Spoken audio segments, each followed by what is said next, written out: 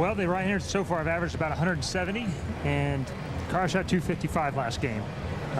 Deandra, in my opinion, has to make a pretty bold move. She's going to have to move left, get slower. It's things she does pretty well, but I'm not sure she's committed to it. If she doesn't, and she doesn't get it figured out really quickly, she's going to be in trouble.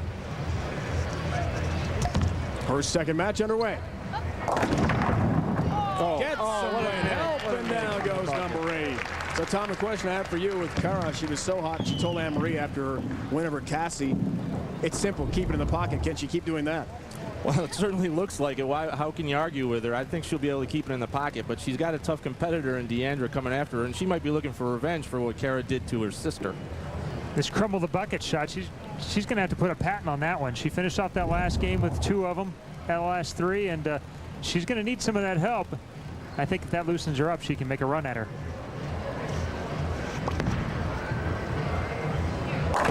Cara just has that look. Boyd from the left side.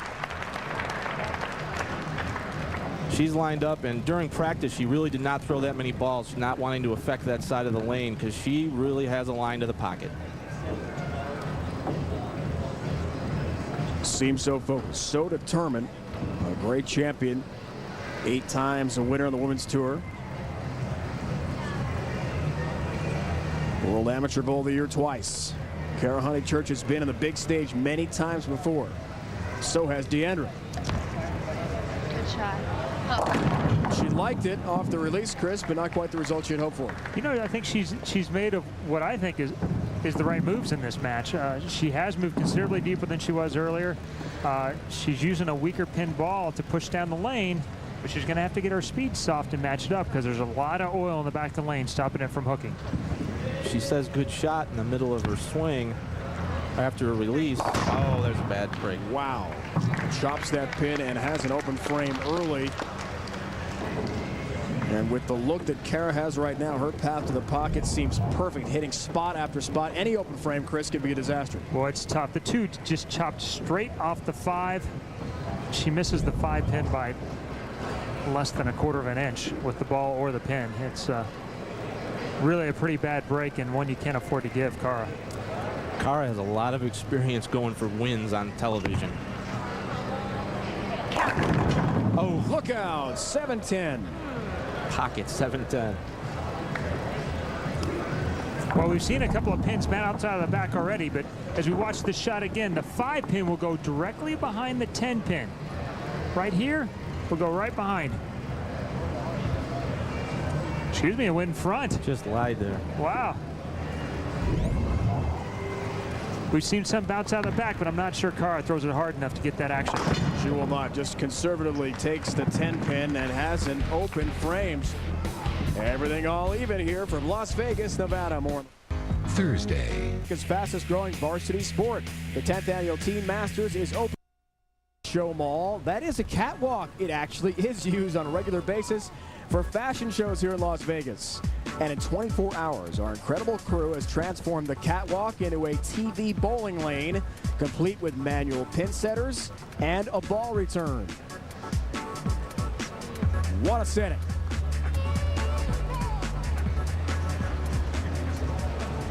Chris, somehow the bowlers have focused on just the lane and getting the pins knocked down. There certainly is a lot of distractions out there, like you said. It takes an incredible amount of focus to shut all that out. Wow. Great overhead look from our crew. Shows the 4-7 up. Yeah, good eight there. For a minute, she had up the 4-6, 7-9. And the 6 toppling in the 9, she left a spare that's makeable, and these are still in pretty good position in this match, although I'm not sure how many more opportunities she's going to get.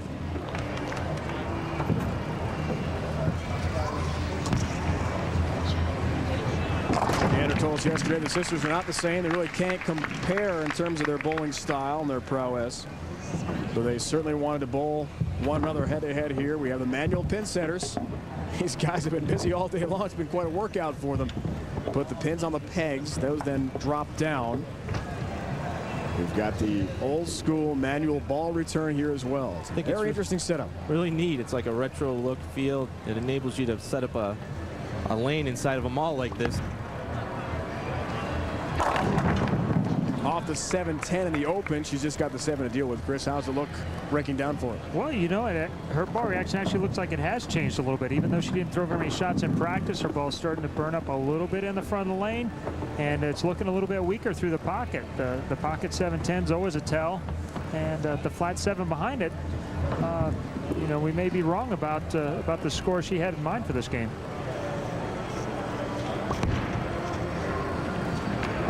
Has the 7, as Tom mentioned, 300 on TV, the second ever in the women's tour.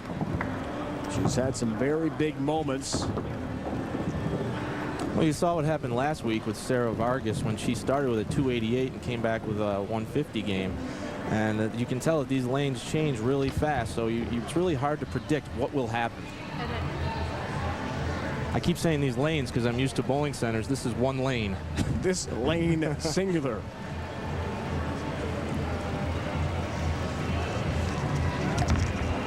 Back to Deandra. It listened to her and did hook into the pocket as she crunches all 10 down into the pit. Well, she got a handful of that shot right there. She really got into it. I noticed that too, Chris. I mean, is she? We talked about it in the past. Is she one of the women that can overcome changing lane conditions because of the power she puts on the ball? Back to Cara now. Works part-time. Young daughter Emma back home in Melbourne, Australia. Involved in accounting. No longer able to earn that full-time living on the tour. Doesn't exist. Come on, this time. Boy, the ball reaction has changed a lot. 3 pin stands for here for another spare. Both players talking to their ball. But she didn't like this shot very much. She has a tendency in her bad shots to get a little quick with her feet, and she got ahead of it just a little bit and pushed it by. Rotation was a little bit low, didn't make it back.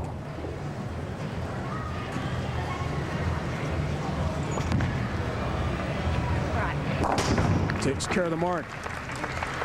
She actually says she's not that competitive a person. Wouldn't know that today from watching her on ESPN2.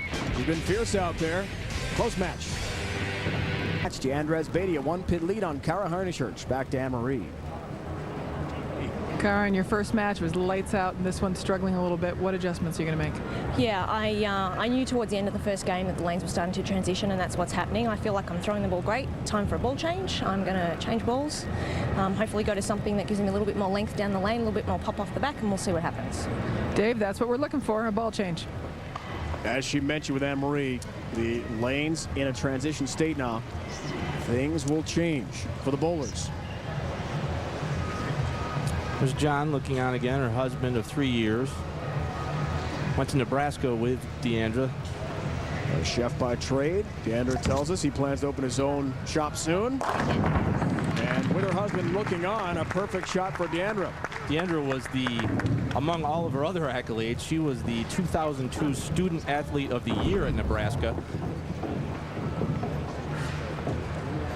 What she's done in the last 3 frames is she's gotten softer and grabbed a handful of it at the bottom. She's really catching it. She's getting more rotation. The ball's making it back now from that spot that was lighter. Cara Honeychurch, 5th frame for the lefty.